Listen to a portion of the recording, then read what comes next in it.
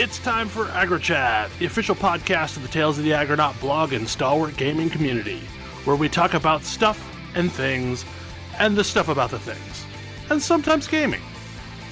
I'm Belgast, and let's start the show. Hey folks, it's that time again. Time for another episode of AggroChat. This is episode 269. Tonight I'm joined by Ammo. HONK. Ashkar. HONK. Kodra. HONK. Tam. HONK. Balin. I am not a goose. So yeah, that's the thing that we'll get talked about later. Honk, honk. So, I'm not even playing this game. I mean, yeah, it's a thing. So we've had a topic kicking around for a while, and there's another topic that got added this week, and the two are kind of sort of related. Mostly accessibility versus friction in game design, and games versus playing with your friends. So, and I don't even know how to start in on this. So I guess, the thing is that we've been playing a lot of WoW Classic, which is obvious if you listen to this podcast, and there are a lot of things that people have, since WoW, decided were bad, and, these are not fun. People decided they were not fun for the players, but they seem... now that we're back in playing it, it's these are the things that I missed. And that's sort of the friction. When building a world, you need a certain amount of friction. You need quote-unquote bad game design in order to, have your players feel engaged in the world. It's kind of there's a big difference in movies versus games that I don't think necessarily gets a lot of attention or screen time, because with a movie, you really, really want your people to be able to watch your movie. It is incredibly common practice. It's incredibly well known in the movie industry that sequels tend not to perform as well as the original unless they do a really, really good job of onboarding. And one of the things that made, for example, the Marvel Cinematic Universe such an out of left field surprise for so many people, but also so resonant, was that it figured out how to do sequels in a way that made them more and more popular over time because they were making this richer and richer tapestry. And a lot of how they did it was they made these things, each movie standalone. And so they cranked the accessibility of this series up really, really high, to the point where you'd have somebody like me who gets into Endgame because even though I haven't seen the last 10 movies in the series, because they make it so accessible. And that's broadly considered the least accessible Marvel movie of the entire series. Right. Well, they did a phenomenal job of walking the line, because for comic book fans and for MCU fans, those movies were laden with references and pointers and all sorts of minutia that you could just dig in and stay there for days. Mm-hmm. But the overarching story was nice and sealed within a single movie, to where even if you didn't know who these characters were, they kind of reintroduced them each time they were in a movie by showing you off the basic information that you need to know to understand what this character is. Within a few minutes of Tony Stark being on screen, they basically would show some of his key character traits to remind you that, oh, this is Tony Stark, this is what he cares about. He's abrupt and brash, but he's super smart, and you get all of the relevant pieces very, very quickly and very effectively. And for a really long time, games have followed the same mentality. If you want people to play your game has to be as accessible as possible. And that's true for a lot of things. But one of the things that in MMOs are these, they were legendarily friction-filled games that a lot of people just didn't get. Like, why would you want to play this game where you stand around waiting for a group for an hour before you get to play? And I don't think that anybody had a good answer to that was widely like understood and accepted. And one of the things that set WoW apart when it launched was that it was really accessible. Yeah. Compared to other MMOs, which is not to say it was accessible compared to other games, because it wasn't. But compared to UO or EverQuest or one of those, yeah, it's night and day. And so that it sort of kicked off this whole, the way to do this and the way to make MMOs is, and make them like, give them mainstream accessibility, etc., is to make them more accessible. And it wound up being this like 15-year race to the bottom. Mm-hmm. I mean, of note, like, it was a race that was already happening before WoW. Yeah. Like, Dark Age Camelot was way more accessible than EverQuest. And, like, Horizon was, I think, the next big game that I played, and it was way more accessible than Dark Age Camelot. And then City Heroes came out, and I got into that, and it was way more accessible than any of the other games that came about. Mm-hmm. And then WoW was just, like, a massive leap forward. Yeah.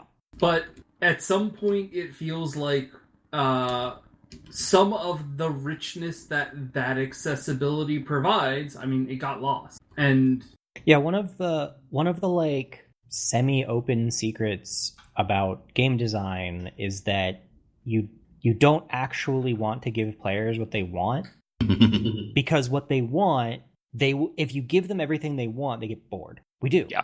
Like, yeah.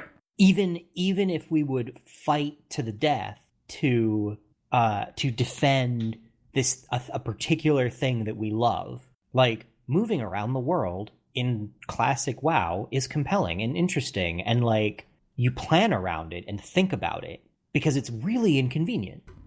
The way you do quests is entirely focused around it. Like, I'm going to do these quests in this order because it's sort of the best way that, like, I want to do a bunch of quests around me, and then, like, when I start to feel like I don't have enough quests, I'll move on to another zone.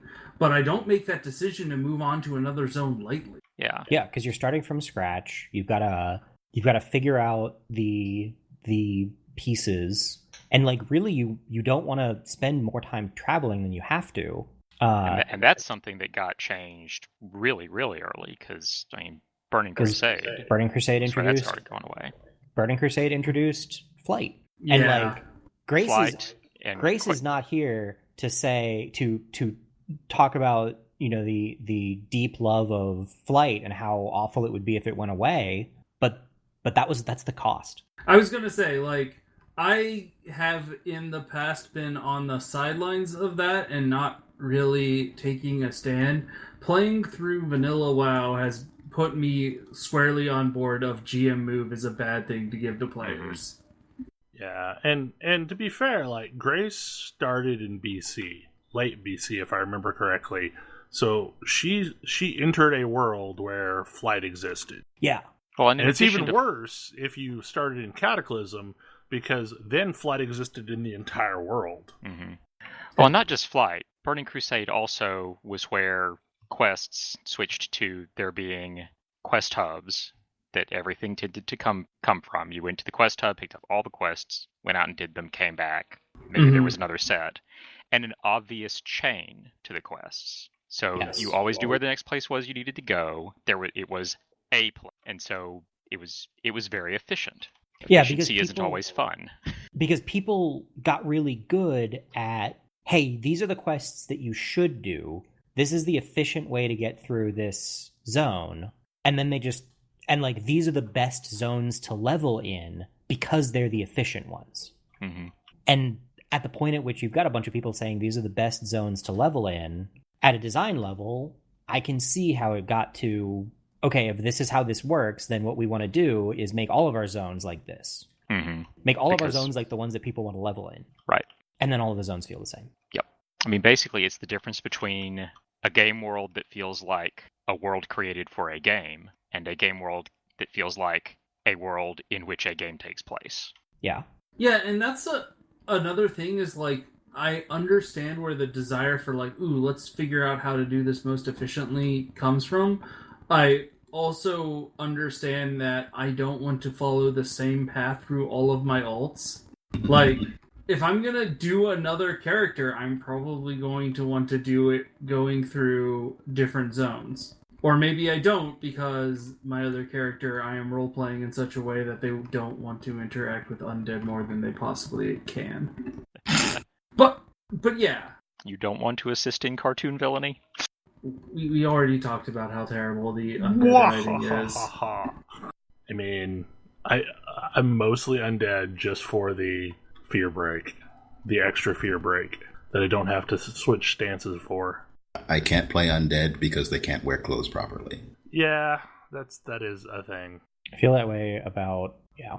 I mean, even okay, so there's other forms of friction that are also pretty important, like the whole concept of the LFG system is something that definitely removed the increased accessibility or removed friction from putting together a group to go play something.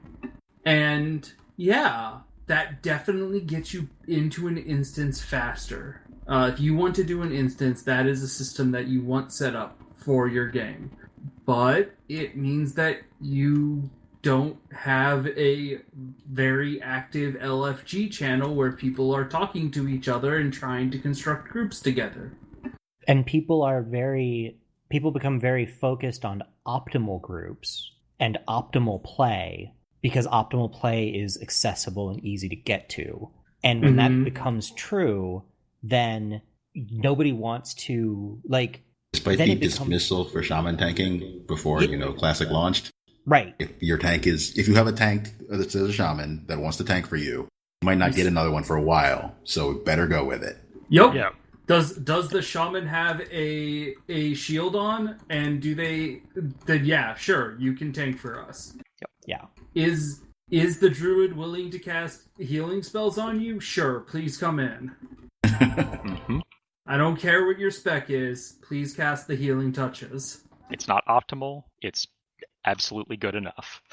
Yeah, and it means that you have a lot more people that seem to understand good enough versus optimal. Well, and I think honestly that's a lot of why in our memories the WoW dungeons are harder than what we're seeing, is because we were doing them with non-optimal groups. Right, and we now basically, like, the group that we've been running dungeons with is pretty damn specced out. Like, it's a solid comp. Well, I mean, we also just know what abilities do. We know what mobs do.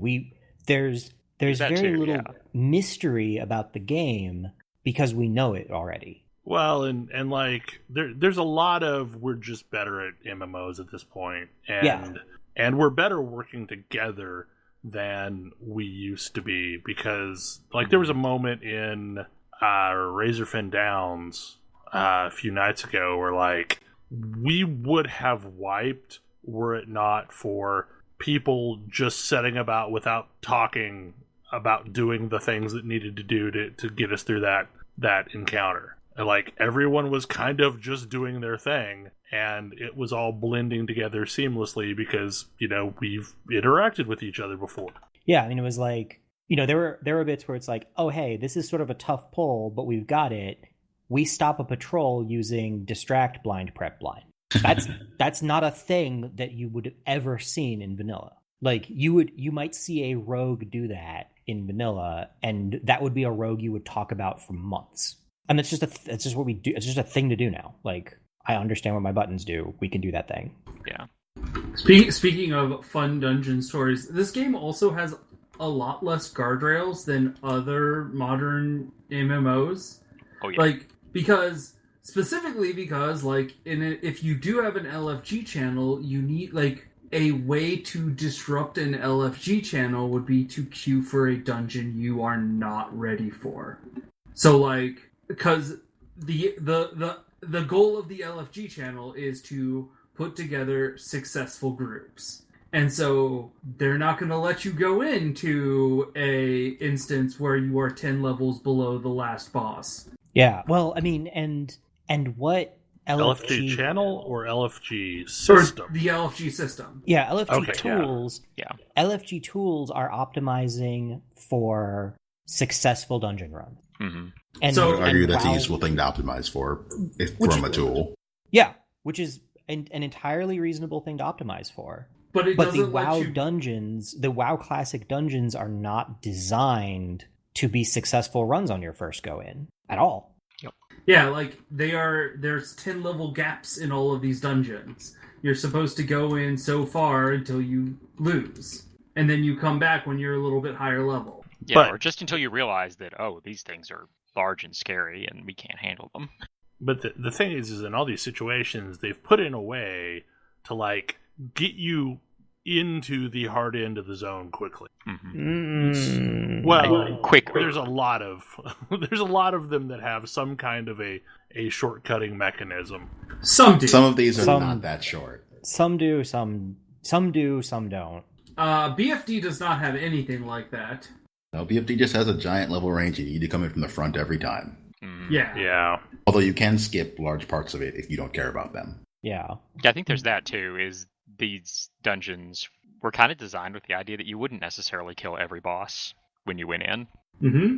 You But know, so Tam and I ended up completely by coincidence in the same Uldaman group with somebody who was running it who thought it was a level 35 to 40 dungeon. After BC, it was that thing. Sure. Yep. It sure isn't now. Wow. And so we were like, oh, the end boss is level 46. Haha, we're probably going to get crushed and we're going to have to, like, go out before we get to the, like, right as we get to the dwarf sections. But we were surprisingly resilient. We managed to get all the way to, like, right before the final boss. The room Honestly, with- if there hadn't been repops, we could have gone. If it hadn't been repops and if it hadn't been almost 2 a.m., yeah. we could have gone in and won, Yes. or at least taken some serious shots at the final boss. That's another thing is like you have to prep yourself for 2 hours worth of dungeoning. Yep. Yeah. Like it's just a thing. It's going to take 2 hours or so. And the night we decided to run 3 dungeons in the same night was probably a thing that none of us should have done. Probably not, but it was a lot of fun. It was really fun. Yeah, it was my Friday. I felt real bad that Vernie had to work that day. So I mean, I remember in Classic WoW saying, "Okay, let's do everything in BRD." Yep. that's a The 3 hour only time run. I tried 3. No, you, no, you that's- kidding? That's, that's It's a like lot 8. of stuff. The only It time I was tried like to do an this, I was in there for 5 hours, and Yeah. we didn't make it past the bar. Yeah, we got to the Lyceum in 8, and that included leaving the dungeon, going back to Stormwind, doing the quests that finished in Stormwind, and then going back in for the next steps. That dungeon you can skip large parts of if you know what you're doing. Yes, but you need to know what But you're doing. You really need to know what you're doing. So, accessibility, friction. This is something where it feels like the baby got thrown out with the bathwater. But it's also probably worth pointing out that there was still a lot of bathwater in there. Yeah, we got a lot of bathwater. And that's Part sort of this is that it is somewhat difficult in Classic WoW to easily play with your friends. Oh, yes. This experience that we are having right now in Classic WoW is 100% why I have my unending soapbox on levels are bad. Because I have a bunch of friends I can't play with. I can't play with a solid 90% of the guild. And also, it's ending up with a situation where, like, we've come to realize this, and there's a bunch of us that are within the same level range that is basically roughly a group's worth. And we are trying our damnedest to try and keep up with each other so that we don't fall out of being able to run dungeons together. Right. And it either But, like- creates a whole ton of social pressure to play more than maybe you want to, or the feeling of not just getting left behind, but getting left so far behind that you can't catch up. Because if everybody else has a group and you can't jump into the groups as easily, you are even less efficient. And the thing is like, so Grace has been out for 3 weeks, or she will have been out for 3 weeks when she comes back. She was 33 when she left. I literally just dinged 40 a second ago. So catching her up will be a concerted effort. Well, but that's the thing I don't know what effort there is. Like, I mean, in theory, I tank a bunch of dungeons that don't benefit me at all. But that hurts. That will harm her experience. Yeah, you get reduced XP for that. You get significantly worse XP if your group isn't the right level for the dungeon. I mean, the other alternative is to run up an alt. Yep. And I've failed at alting entirely.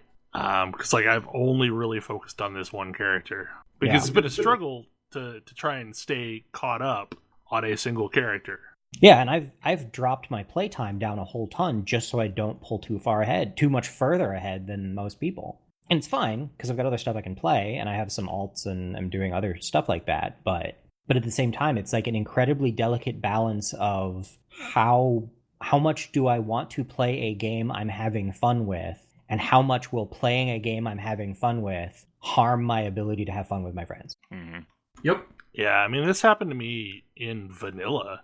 When I was running up the original Belghast, that, I started off like doing that character with a friend who was leveling a priest. And I don't remember exactly what happened, but basically their playtime just went away. And I don't know if there was a reason, and I kept going, but it was only a week until I was so far out of the range that I just kept going, and I figured, okay, well, I'll help the priest out on some other character. And we got to 50-ish before that happened, so it wasn't the end of the world, but yeah, it was kind of a pain. And the same thing happened to me on the other end when vanilla first launched. I had a death in the family and was knocked out of commission for 2 weeks, and my paladin was so far out of the level range of the people that I had been playing with that I wound up running up a hunter, because hunters were super soloable. Yep. And paladins were not soloable. Yep. And I think that's friction that can go away. Yeah.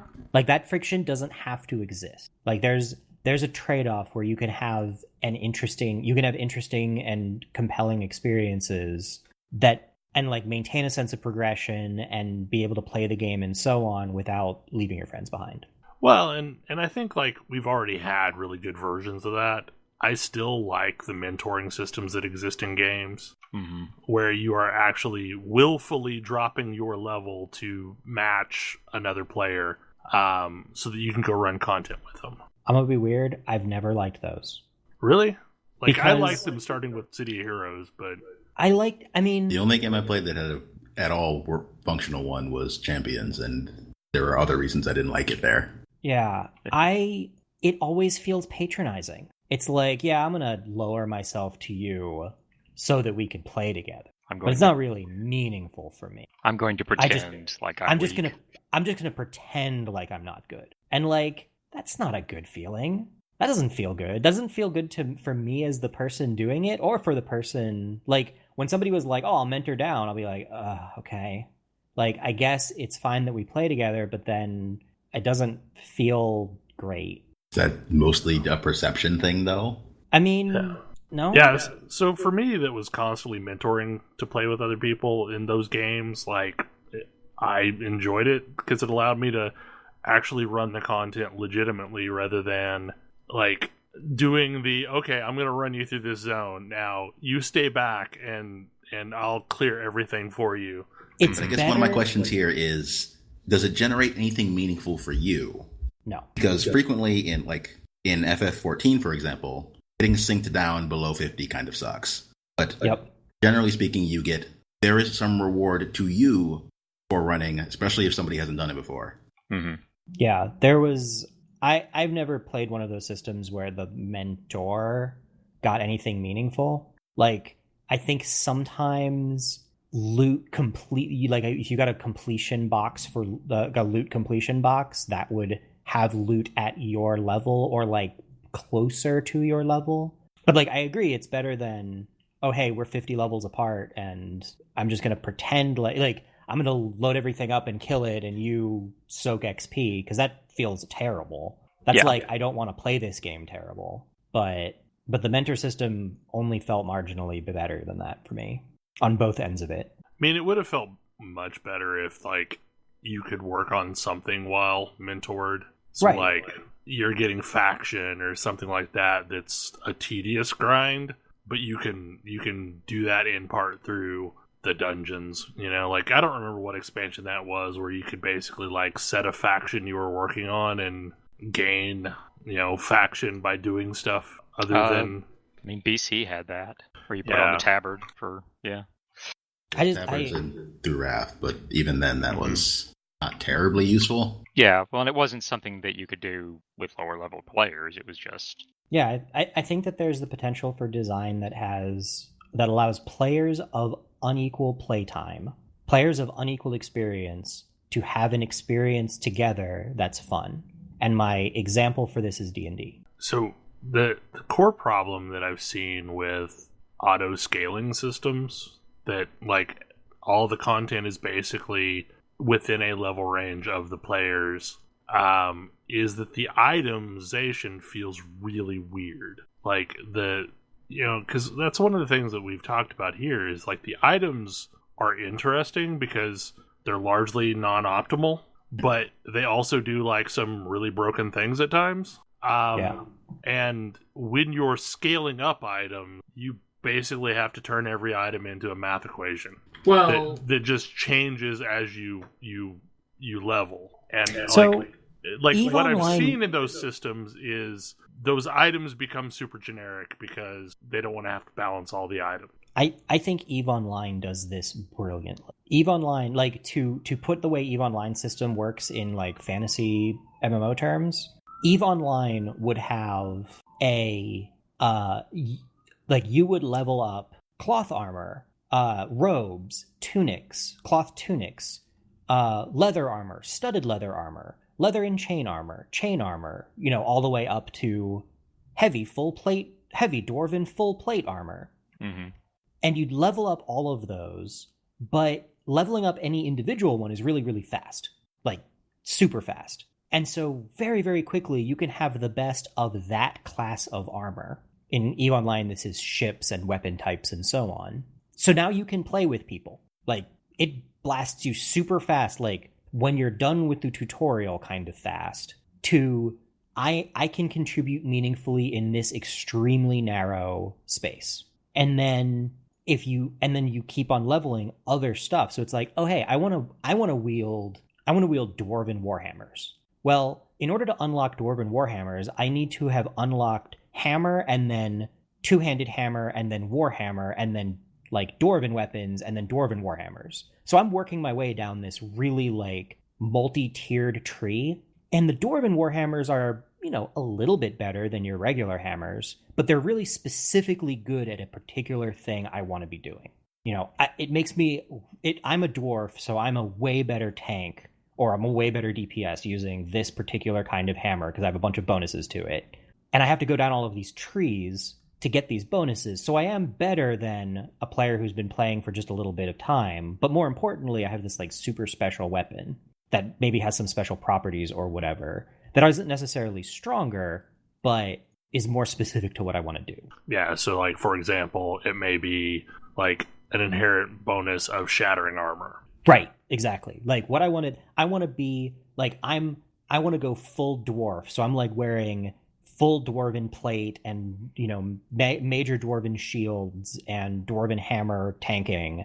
And so my whole thing is that my Sunder armor abilities are crazy strong, and I just soak all kinds of damage. Like, that's just my whole thing. And, like, maybe somebody else is an elf doing the whole elven armor thing, and they're all kinds of parry and dodge. My concern there is that actually relates to what we just talked about a second ago. If some of these things become optimal, then they do become barriers to people playing together. Exactly. Yeah. No, I agree. And that's one of the things that EVE spends a lot of time in all of its patching being very, very careful about, is balancing and rebalancing and so on, all of these things.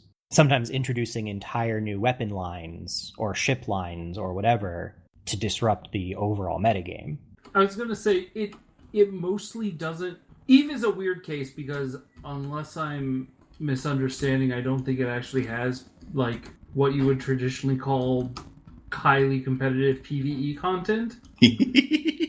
But I could be wrong. I only hear stories about massive PvP battles because Eve is a fun game to read about. I feel bad about the people who make all the PvE content in Eve. Right? Mm-hmm. Yeah. No, they know. Okay, so there is big PvE content absolutely exists. Yeah. Nobody ever talks about it. Eve has like all the way up to raid tier content, PvE. So the question then is, how important is how tightly tuned is the PvE content? Does it require highly tuned organizations in order to take on? Yeah. Given that this is Eve, the answer is probably yes. Yeah. So you can't just start the game and be like, okay, I've maxed out this one thing. Well, but that's the thing is in Eve, like you work your way up tiers of ships, and it's like, okay, so now I'm flying the equivalent of a Star Destroyer. Cool, that's great. I have a ludicrous amount of firepower. You need a Star Destroyer to do this raid, because you need maybe 2 or 3 Star Destroyers to do this raid. But Star Destroyers are really weak against small, agile ships, and there's going to be a bunch of those too. So you need like 20 or 30 people in fighters. And even one person in a super optimal kitted out fighter can only do so much. And so that player that started 2 weeks ago, but has but knows how to fly a fighter, is super valuable to your raid because you need people. Like, you need people to do that role. And you need more people to do that role than the ones you need. The balance in the overall group composition is such that you need more people in the easier to attain roles than you do people in the harder to attain ones. Okay, but again, so do you need a highly optimized fighter build in order to be successful in a raid? Like, do all of you... That's, again, like, how tight is it? You do, but it would be like, hey, fly my fighter. Okay. Because, like, sure, you need all of this. You need a specially tuned fighter, but you know how to fly it and you know how to use all the weapons as the player and as the character. Okay, it's the item that the actual fighter ship you don't have. Yeah, and you're not going to have any of the skills to like make or build that fighter. Somebody else is going to have that, but they can provide you with the fighter to then fly. Okay. Yeah. And which is how your entire crafting thing feeds into your raid, because it's like, okay, cool. This person is like a masterful shipbuilder. You know, maybe they fly a fighter because they spent all their time working on their crafting, but they can make beautiful, amazing ships for everybody. And so you have that constant sense of progression. But even if I'm flying around a Star Destroyer, I'm still really happy to have my buddy who just started flying around in a fighter, because they're keeping stuff that I can't effectively deal with off of me. And I think you could do a very similar sort of thing in another MMO style. Because it's like the druids it's like the druid is willing to cast Healing Touch. Like, I learned my basic heals. Sure. I can do healing. And as long as you keep things that are like, you want to have somebody who can fill like the more basic role. And I think that stays fine, or at least is interesting to explore. But I also think Ash is right that you do need to be careful about constantly balancing, or at least tipping the scales on a fairly regular basis, to make sure that there isn't one like mono ultra build. Yeah, I mean, I feel like you would have to spend a lot of time making sure that for every archetype or whatever, there's a bunch of different paths that are equally good at different things. Yeah. Well, but I also feel like you're just doing that because you're making an MMO. Like, that's just the price of admission. I mean, like, there's all sorts of, you'd have to make sure it's balanced for this design to work. But like, that's true of a level and class-based design too. Yes. And it is also definitely true that a bunch of games are bad at this. But Yep. But yeah, I definitely feel the frustration of like, I want to play with my friends. Or people who are like, I think it would be cool to get into that, but I now know it's too late. Yeah. Like, oh yeah, this sounds like fun. I didn't think it was going to be fun, and it sounds like it's fun now, but like... Well, that's the traditional problem, is if you do not buy into the hype and you are not there on day one, then you are by essence, a little too late all the time. And it's frustrating, and, like, there's the, well, I'll see you when you get to your cap. Yeah. But that feels bad. Well, it feels really bad, and it feels even worse when it's like, how much do I even want to play this when the whole point is to play with my friends? I'm not going to be able to do that for 2 months. At least. Yeah. Yeah, because we're roughly a month in at this point and hitting our 40s, and that feels that's like the not halfway done. Right, that's like the midpoint of the game-ish. I mean... Yeah. And, I definitely know groups that solve this in other social ways by saying, like, okay, if we ever hit the point where we are, plus 3 levels on the group average, we stop until we are at 0 of group average. And, like, I've never been in a group of people that sort of tried to do that and seen if it worked.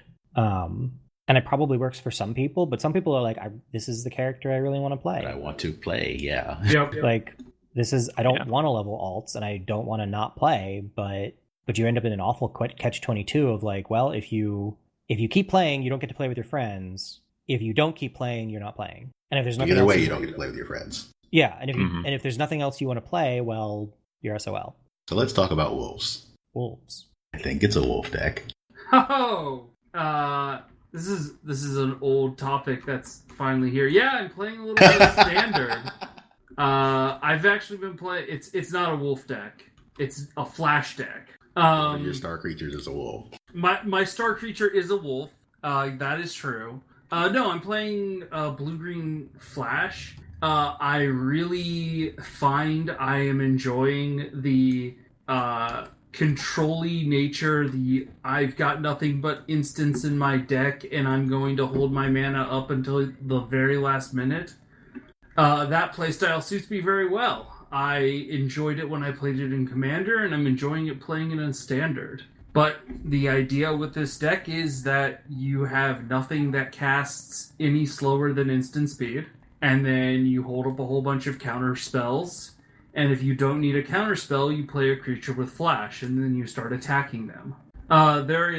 This deck really got set off thanks to the Night Pack Ambusher, which is a 4/4 for 2 and green, so 4 mana with flash and other wolves. You control get +1/+1. And at the end of your turn, if you haven't cast a spell on your turn, you get to create a 2/2 wolf token, which becomes a 3/3 wolf token because of its ability. I need to get one of these for my actual wolf deck. This card is really fun to play. If you manage to resolve it, it's probably not... It's going to take over a game. The other star of that deck is the Frilled Mystic, which is a 3/2... flash creature that counters a spell when it enters the battlefield. So mostly you're just trying to get to 4 mana, countering everything they can do, and then just sort of take over the game. Some of the stars of this deck are leaving Standard. Well, not stars. Some of the cards are leaving Standard with, what's it called? The Merfolk Trickster. It's a 2/2 for 2 that taps a creature when it enters the battlefield, and that creature basically loses all ability text. But we are getting a couple of new things that I'm looking forward to playing with. There's a flash adventuring fairy that bounces a creature with its adventure. So we haven't talked about Eldraine, have we? Not since they actually revealed it, no. Yeah, we were totally wrong about Eldraine when we were thinking we were going back to Lorwyn, and it was the fairies from that. I mean, there are fairies. There are fairies. This is the Tam's been calling it the Disney set because it's not wrong. It's mostly not wrong. I haven't seen a single card that doesn't have a Disney movie analog. I mean, it's fair. I mean, I didn't think they made a Disney movie about 3 Little Pigs, but there's definitely a Blow Your House Down card. They sure have made a Disney movie about the 3 Little Pigs. Okay, fine. We'll just loop in Shrek. Everything in there is in Shrek, too. But, fairy tales, Disney movies. Yeah. There's a lot of overlap there. Yeah, but the cool mechanic is that there is a new form of split card where there are creatures that have adventures that are either sorceries or instants. And when you play the adventure, it becomes exiled, and then you can play the creature from exile, which is great. The one that is Goldilocks is an adventure that makes 3/2/2 bears. Yup. But yeah, there's a lot of cool stuff in this set. And Opt is back, so that got printed again. I'm looking forward to trying it. They're trying out this deck. It mostly stayed intact. A lot of the decks that would prey on it are getting dismantled, but it's probably the deck I'm most familiar with, and going into a new standard meta, I think I'm going to try playing it. I'm really excited that almost all of the current red deck deck is gone. I feel like the red deck gets to transition into knights. Yeah, it gets to try and transition into a Knights deck, which probably becomes red-white, maybe? I don't know. Red-white or red-black. Maybe red-black. Anyways, I'm having fun with that deck. It does, it is the thing of, there's a lot of different playstyles to Magic, and this is... I hadn't really gotten to experience the Draw-Go Magic playstyle before. It's interesting. That has long been my favorite type, and I don't play it because of how mean it is 80% of the time. It's a deck style that I make a point not to build, because unless I'm playing faceless opponents on the internet, it's the thing everybody hates about blue. Yeah, well, and it's fun because it's fun. Are holding all the cards. You're holding all the cards, and your opponent has to stay guessing as to what's going on, and you offload all of the stress onto your opponent. But also your opponent hates you. Yeah, which is why I mostly just want to play as aggro as possible in hopes of tripping up a deck like that.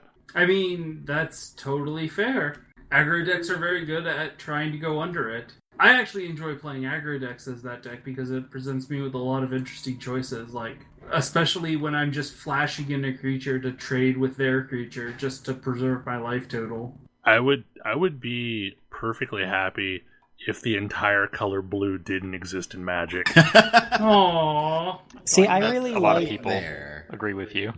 I like playing blue for the speed. The fact that it is very draw-go kind of play isn't actually the part that I love, although it's fun, but I can tell how much fun my opponent isn't having, so I always sort of try to play blue without doing that for that reason, because it's so unfun to be on the receiving end of. Now I see this counterspell called Didn't Say Please, and I don't know what to say about that. That's always funny. Didn't say please. I've really not been watching the spoilers too much, so I'm not sure what my colors of choice are shaping up to be. I've got some suggestions for you, Belle. What? Red and black. Yeah. Yeah. I'm fine with Rakdos. I have a feeling that this is not a Golgari. I think this set does... No, it's not. I think this set does Rakdos better than Rakdos, frankly. The big Knights theme is in red, white, and black mostly, although there are Knights of every color. And the blue, red, and green have a non-humans theme. Huh. Yeah, I'm pretty happy. I haven't really paid attention to theming. I've just been looking at the card art and text. I'm pretty happy either playing a mostly green deck or a mostly black deck. And it sounds like black and red is the way to go. Yeah. It says something about my approach to Magic that I'm like, can I do the Kenrith royal family? That's a cool theme. And the answer is, no, stop. What you're doing is bad. Don't do that thing. Just stop. Play cards that are actually good, not cards that are theme. You could do it in Commander. You could do it in Commander, but you can't do it in Standard. It's why I play Commander. I'm really interested. I don't know. I kind of hope Brawl becomes an actual thing. It's gonna be a thing in Arena. It is a thing in Arena. But currently just with precons, right? Currently. The other thing is Arena Brawl is only 1v1. So you don't have any of the political aspects? Nope. That's actually one thing that I think I might not like about Brawl. Is the 1v1 nature? Yeah. It was conceived as a multiplayer format, same as Commander. It's just that Arena doesn't support that. Right. And what I like about Commander is it opens up the play space a bunch. So like your deck doesn't have to be turbo optimal or like play on a great curve or whatever, because people might not attack you for entirely reasonable reasons that have nothing to do with what you have on the board. Like you can actually come back from behind without like statistically improbable things happening. It's probably entirely based upon what kind of a deck you're running. There is definitely some of that going on. Yeah. Yep. Maybe if somebody at the table is playing a draw-go deck, they're going to draw all of the aggro immediately. I don't know, like the Commander matches that I've played, it definitely felt like it was beneficial to kind of go low-key for as long as humanly possible. Yeah. And like, I am starting visibly the least threatening player. Why would you attack me? Yep. I like it. With a really good third act. I feel like it also means what Tams Twins deck evolved into, except for now we all know that. Right. Well, and because everybody knows it, it adds an interesting I feel like it adds an interesting dynamic to playing that deck and playing against that deck, because it changes. If I have a deck that I'm outclassed by in 1v1, I just lose over and over and over and over again. Whereas the Twins deck got wrecked like the first couple of games we played. I think the first two. I think you won the first one by... I won the it was first getting one. wrecked and then won. Yeah, I won the first one because it was getting wrecked and then won. And the second one, it got trashed. And then I adapted the strategy. And now the tricks are known. So I have to be clever about the tricks. Otherwise, like it doesn't have the one specific thing it does anymore, because if it did, it would just lose all the time. But it's also not, it means that I have to be even more careful about being too much of a threat, because if I'm too much of a threat, then I get bullied out of the game as hard as possible, because that has to happen. See Raf Capuchin, who needs to get bullied out of the game, because if he gets Growling, it's bad. See also the Gold Box deck, which like, if that had a win con, which it doesn't for a reason, but if it did, then you would really want to bully it out of trying to do anything, because all of the things it can do are so disruptive. Actually, I probably have a deck like that now. I'm a little worried that my Engage with the Combat Step deck is going to be that, but we haven't played it yet, so it'll be... We'll see. We'll find out. We'll see. Yeah, we'll find out. I have been probably rightly accused of excessive distaste for the Combat Step in Magic. And that I try to avoid engaging with the Combat Step at every possible opportunity. And so I have made a deck that is about engaging with the Combat Step. Yes, you give your commander to other people who can't attack you, and it attacks other people. And various other cards that cause other people to attack, preferably not you. They don't all force that, though. I don't think this is you engaging with the Combat Step. I'm absolutely engaging with the Combat Step. Engaging with other people's combat steps. The Combat Step is a concept I'm engaging with. Just not on your turn. Right. I don't have any... there's no joy for me in casting big creatures and turning them sideways. Like, I just... doesn't... All of the joy. All of the joy. It's not fun for me. That's the best of Magic. Right, that's not the part of it that I like. So the problem you've got here, though, is now you have a deck that you give your opponents a creature that can't attack you, but all of their creatures can attack you. Right, that's what the rest of the deck is for. I was going to say, there's more than one thing in that deck. Disrupt Decorum is a card that exists. Disrupt Decorum is such a great card. It's really funny. But yeah, like I said, I don't know if it'll actually work, but it amuses me, and it makes combat happen. I'm never going to make a deck that's just about building creatures and turning them sideways, because that would not be a fun deck for me, ever. I mean, I guess it's theoretically possible that deck could exist, but I have never seen it. I think I really only have one of those. Well, okay. I have one deck about making as big a things as possible and turning them sideways. Another deck about making as many things as possible and turning them sideways. Yeah. I'm not that enthusiastic about turning things sideways. Man. What was that phrase for Mythic Invitational? I like to win using the Combat Step. Yeah, like... I like to be a wizard and cast spells. That's my player fantasy. I like summoners when well executed. I like forgetting that I'm a magician at all, and I'm just having creatures show up and being their commander. I would feel significantly better about spellcasting if, like, they were all attacks. So, like, instead of casting a fireball, it's like a trebuchet or something like that. There's some of that. Yeah. You do. I mean, you probably like the WoW card game quite a bit. The WoW card game had a bunch of really good ideas in it, and it's too bad it just died. I liked it in theory, other than the fact that I never could find anybody to play it with. Yeah. I had a brief, glorious period of time where I had a regular group to play the WoW card game with, and it was fantastic and amazing. It's a great game if you want to buy in now, because lots of people have lots of cards that they aren't using. I'm one of those people. Those raid decks are so good. It was such a cool concept. What deck? The raid decks. Oh, yeah. Such a cool concept and so fun. I discovered that WoW did something like this for the, what was it, Theros pre-releases. But that's the only place they've ever done it.